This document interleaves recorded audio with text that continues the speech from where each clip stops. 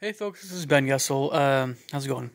Um, you know, I'm actually might start off this video by saying I would show you my gut, but I really don't have a gut anymore. Um, um, if you guys want to see how thin I am, I can show you, but I'm definitely quite a bit thinner than I used to be. A few reasons why, but I think it's you know. I don't want you guys to, think that, well, anyway, it's the weight and health and all these things, they can be a little bit complex, but if you eat healthy and you take care of yourself, you're probably going to be okay, especially the younger you are.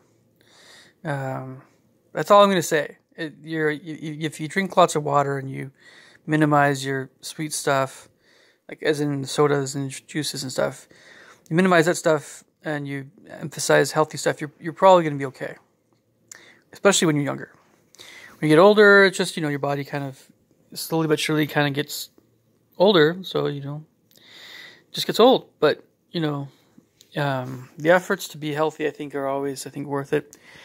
It's just a question of how much time do you spend on it.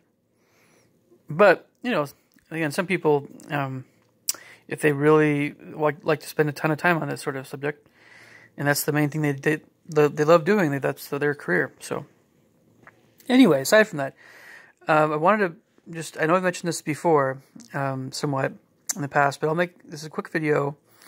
We all, I think, are afraid of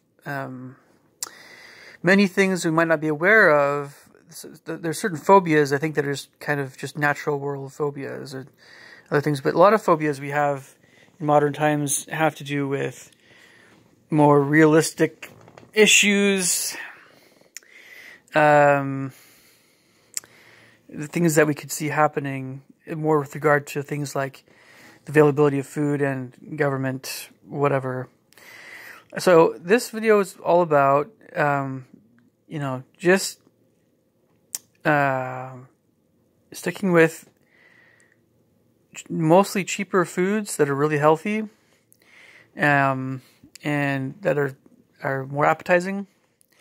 And again, I've mentioned this before. There's a website everybody should be very, very familiar with. It's 100 Healthiest Foods. It's run by it's actually Chef George Mateljan. So you should go check out 100 Healthiest Foods. And gentleman's kind of white hair, kind of dark eyebrows, but he's a really cool guy. So, okay. So let's talk about what some of these foods are that you need to be including in your diet to save money and to be healthy and to all these other things that are not disgusting, and how to make them, taste better. The first food I'd recommend getting is bananas. Just tons of energy into them. They're really, really cheap. Bananas. Second one is apples. And a lot of people say apples are kind of sugary and tart and stuff, but they have quercetin, and they can be maybe at times either someone might think underrated or overrated, but they're pretty cheap. So the next one is you guys want to be getting something in these lines of some kind of citrus fruit. So it says lemons, limes, oranges, grapefruit. You can get multiple types, but citrus fruits are generally not expensive. And they have tons of healthy things about them. Tons of healthy things. And with lemons and limes, you can squeeze the juice into water, and it makes for a great drink. Or you can squeeze the juice over salads instead of using salad dressing. Or mix it with a little bit of oil if you want to. But I just have the lime or lemon juice straight, to tell you the truth. I don't even bother with vinegar. Although vinegar, using vinegar with oil, I know it's a great salad dressing thing, but if I used vinegar, I'd want to mix it with oil first. But lemon and lime juice can stand on their own, which is awesome. And you don't even need to get the bottled juice. You can just squeeze it from fresh lemons or limes. That's better, I think. So the next food is beans. Any kind of beans. It's not always fun to prepare. If you have some time in the evening, just get a few beans, put them in a little container outside. You know, I mean, you can put them, you don't want to put them in the fridge, of course, in this respect. Let them soak overnight, especially if you have the time the next morning, because you need time to make beans. So plan this stuff on the weekend, right, if you have to. But then you take the soaked beans and you cook them in a pot and make sure that they keep getting enough water to keep cooking thoroughly. You know, there's things you could do with the water to make sure that you don't have gas and stuff, but put a little Epizote, if you want, in there to help with the gas. And yeah, beans are really, really cheap. Even cheaper, you can get refried beans in cans, but they're fattier. Stick with for the most part, stick with the dried beans that just soak overnight. Next thing I recommend getting is potatoes. And that's also kind of a no-brainer, but just ask the Irish kind of thing in the past. Yeah, they survived in potatoes. And so you get a variety of potatoes, sweet potatoes, all that stuff, whatever you want, you know, in that regard. And then after all this, potatoes maybe can be overrated, but not really that much. They have a wide variety of nutrients. Green leafy vegetables are also, you know, they don't taste very amazing a lot of times, but you need to maybe put some herbs on them to have them have more flavor, that sort of thing. But you know, there's a lot of different kinds of green leafies. What if it's romaine lettuce and salad you prefer over the darker greens? Okay. If you can stomach spinach, cool. I like spinach, but if it's you know, there are times where it can taste very, very nutty and maybe a little strong that way. I'm just very familiar with the taste, and it's not really appetizing so much, but it's more the thing that you have when you eat it, when you're like, you feel the nutrients getting on you. So I actually prefer the flavor of Swiss chard to spinach, but baby spinach actually is pretty good. And then you can look at collard and kale and all that other stuff, and watercress, and there's a lot of different kinds of greens, you know. But you want to get some of that stuff in your system. That's really important. Next up, other vegetables like celery and carrots, and the kind of the colorful but non-leafy green type of vegetables. You want to have some that you like, that you're familiar with. Some, if you go for a vegetable that you're less familiar with, like for me, parsnips. There's the starchy vegetables like carrots and parsnips and things. Rutabaga and turnips, they're kind of like potatoes. I don't get as much of, but I still plan on using those more in the future. It's just a question of, you know, how much stews. It's kind of like kind of stew vegetables. But all right, so you should be able to afford, even on a limited budget, peanuts. They're not technically nuts, but they have things like, you know, looking at it. Well, actually, that's cashews. Sorry. Well, but basically, nuts have, you know, a fair amount of minerals. Put it that way. Peanuts, even. The other types of nuts I know are more expensive, but almonds are in the middle. So maybe if you can afford a little bit of almonds, they're also, I think, definitely worth it.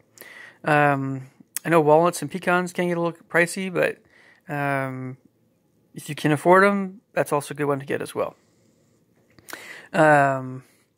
Next up, I think, but again, nuts are more pricey, so just go for the cheaper ones and you'll be fine. Next up here is melons. So I don't really eat very much of these guys, but you know, a watermelon is great for an entire family, and it's got a lot of great stuff in it. And if you like cantaloupe and honeydew, awesome. They don't have a lot of calories, but they, you know, almost take the place of water or drink because they're so watery. So melons are worth considering, especially because of how much you get. I'd also Berries are so healthy, but with regard to berries, definitely you can get more of them in the summer, but you should be able to afford, if you want berries, even frozen berries in the off season. And you don't need a whole heck of a lot of them, but it's nice to get a little blueberry, a little bit of strawberry, and they're frozen, but you can thaw them a little bit. I wouldn't recommend getting berries, fresh berries, in the off season, with the exception of blueberries, perhaps. Strawberries and raspberries. Raspberries taste better. Strawberries don't on the off season, but they can get really pricey. So, and blueberries are really outstanding.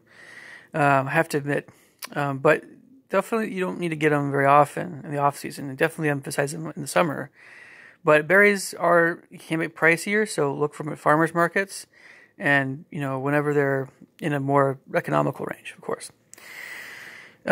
Mushrooms, of course, are cheap. Seeds are cheap. Go for all those, Dr. Furman type foods. He recommends onions, allium, always really good choices. They have lots of flavor. You don't need to overcook them, or at least if you use them in stews, they can get really soft and everything. It's stews. I think I often overcook stews, and this is something I just need to work on myself. But I'm very used to overcooked vegetables at times. I think so. Associated with onions, of course, is all the stuff like with chives and garlic and green onions and shallots and leeks and other things I'm not thinking of right now. But that's all the allium family. So I mentioned beans before, by the way. Green beans and peas are kind of associated with those guys. Lentils as well.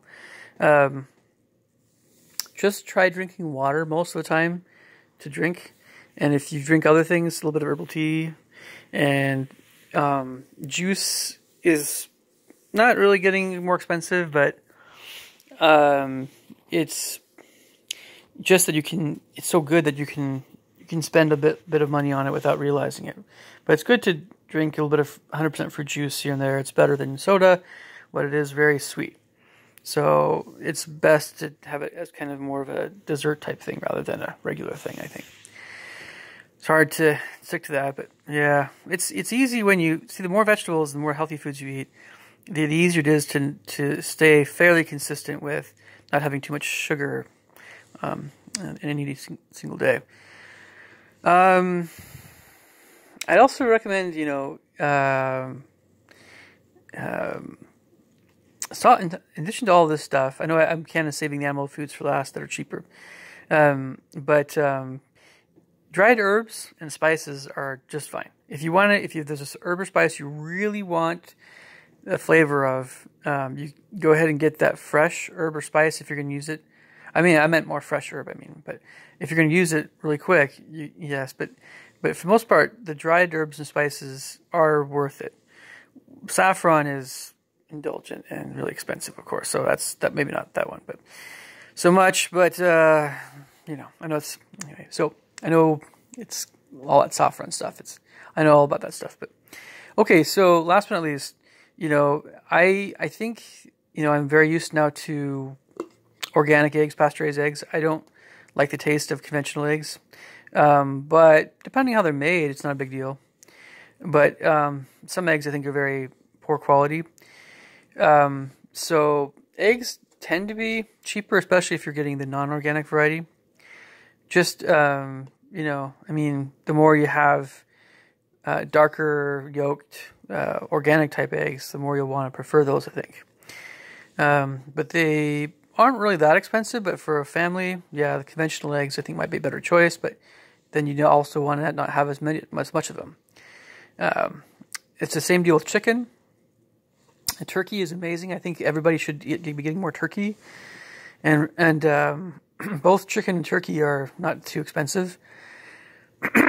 And with cheaper fish, certainly canned fish, it's not bad, but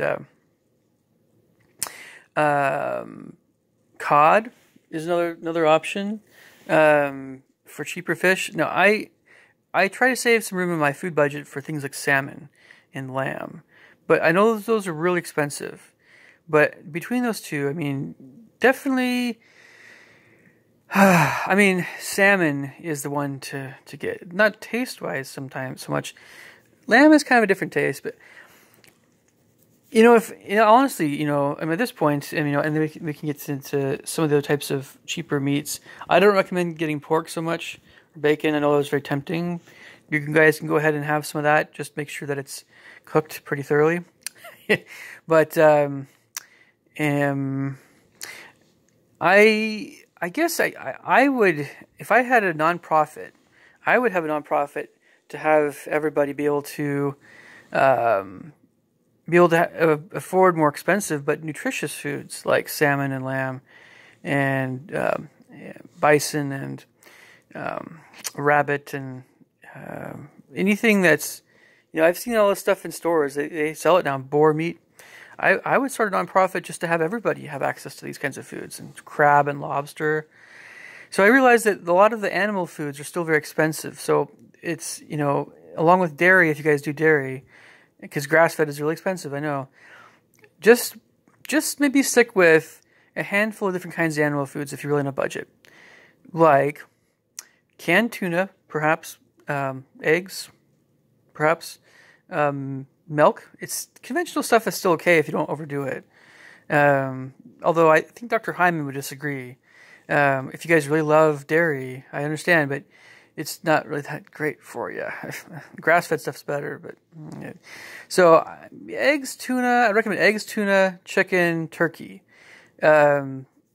Make sure to maybe get some. If you don't have too much fish, try to. Seaweed isn't very tasty, but you get a lot of iodine with that. And then I'm sure there's some other foods I'm not thinking of. Tropical fruits are better if you're in the tropics. But, sometimes you can find a decently priced pineapple. I don't recommend getting mangoes and papayas too often. But mangoes tend to hold up better in travel than papaya, which tends to be more tasteless in the temperate regions. Because I've had papaya in Hawaii and it was amazing. Or, I'm sure Central America, Mexico is much better and all that stuff. But leave me your thoughts and comments below if I missed anything. But go check out the 100 healthiest foods. So George Matteljohn, he really thinks about very carefully everybody's budgets. He only includes foods that are cheaper on this list of this website, 100 healthiest foods. Cheaper, tasty, nutritious, and available, more readily available. So just try to stick to more of those foods. A little lime water if you want some flavor, that kind of thing. Anyway, leave your thoughts and comments below. Catch you guys later. Bye.